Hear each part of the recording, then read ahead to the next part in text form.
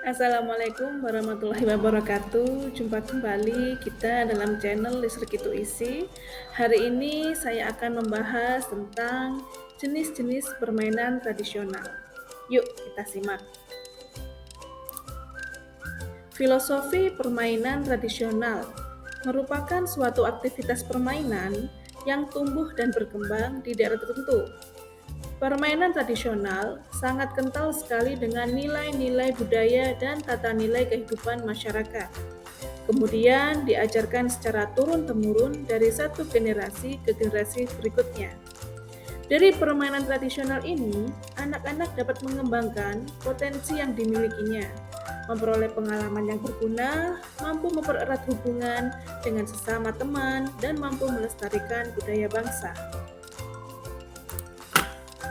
Pengertian permainan tradisional adalah bentuk kegiatan permainan atau olahraga yang berkembang dari suatu kebiasaan masyarakat tertentu. Jenis-jenis permainan tradisional dibagi menjadi 3. Yang pertama, official games adalah permainan yang mempunyai organisasi resmi yang diakui oleh tingkat nasional maupun internasional. Yang kedua, lead games adalah salah satu permainan yang akan dipergunakan dalam pembelajaran pendidikan jasmani di sekolah dasar. Yang ketiga, low organization games adalah permainan yang mempunyai peraturan yang tidak mengikat dan sering disebut permainan anak-anak.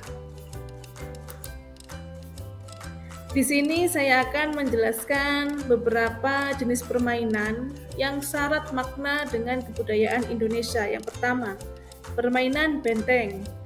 Permainan benteng adalah permainan yang menuntut ketangkasan dan kelihayan berstrategi. Permainan benteng dimainkan oleh 2 tim. Satu tim terdiri dari 4-6 orang, dan setiap tim memilih 4 sebagai markasnya, dan di dalam permainan benteng biasanya sebuah tiang atau pilar dijadikan benteng. Daerah yang sering memainkan permainan ini adalah hampir seluruh Pulau Jawa dan Bali.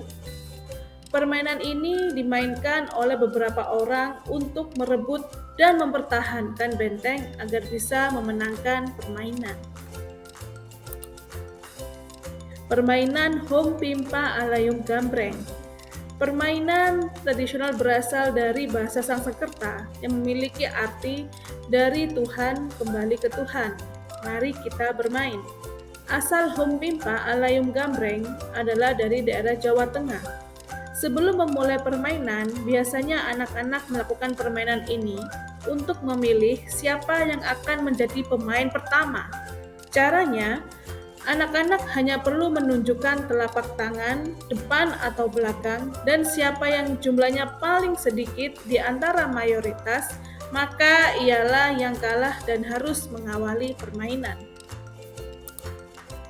Permainan boy-boyan.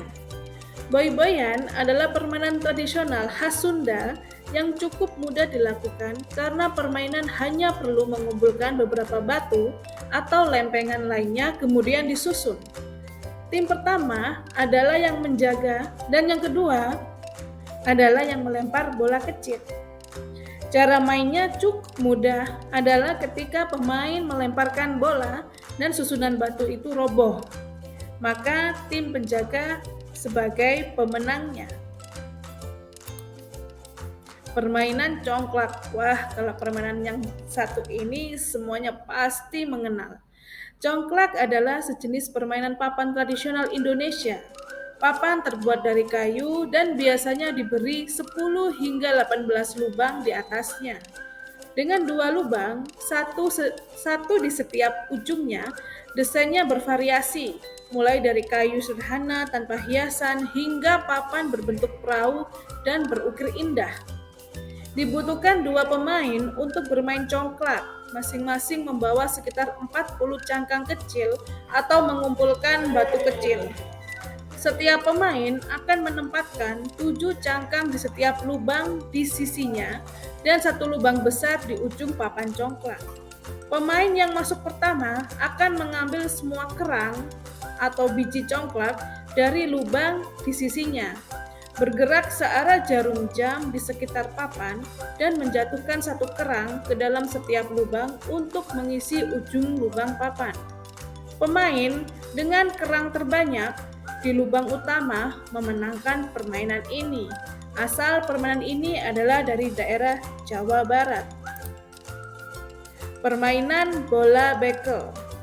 Permainan bekel berasal dari permainan Belanda yang dikembangkan di Jawa dan bernama bikelen.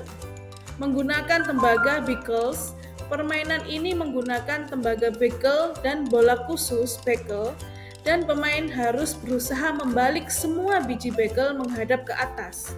Diperbolehkan untuk mengambil lebih dari satu kelompok nomor yang ditentukan saat bola dilemparkan ke udara. Sebagai contoh, jika pemain mengambil 2 tembaga bekel saat bola dilemparkan ke udara, ia dapat meraih 3 kelompok 2 bekel. Jika pemain memindahkan salah satu biji bekel yang dia tidak coba ambil, atau jika dia menjatuhkan biji bekel di tangannya, dia kehilangan gilirannya dan harus menunggu ke pemain berikutnya. Pemain yang menyelesaikan set terbanyak tanpa membuat kesalahan dianggap sebagai pemenang dari permainan ini.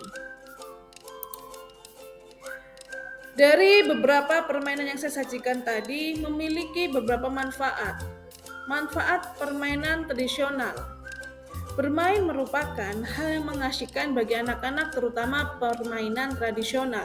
Kebanyakan permainan tradisional dimainkan secara bersama-sama atau berkelompok. Manfaatnya yang pertama ialah anak menjadi kreatif. Yang kedua, mengembangkan kecerdasan logika anak. Yang ketiga, mengembangkan kecerdasan kinestetik anak Yang ketiga, bisa digunakan sebagai terapi untuk anak. Yang keempat, mengembangkan kecerdasan intelektual anak. Yang kelima, mengembangkan kecerdasan emosi antarpersonal bagi anak. Yang keenam, mengembangkan kecerdasan natural anak. Oke pemirsa, itu tadi paparan dari saya mengenai jenis-jenis permainan tradisional. Terima kasih telah mengunjungi channel saya.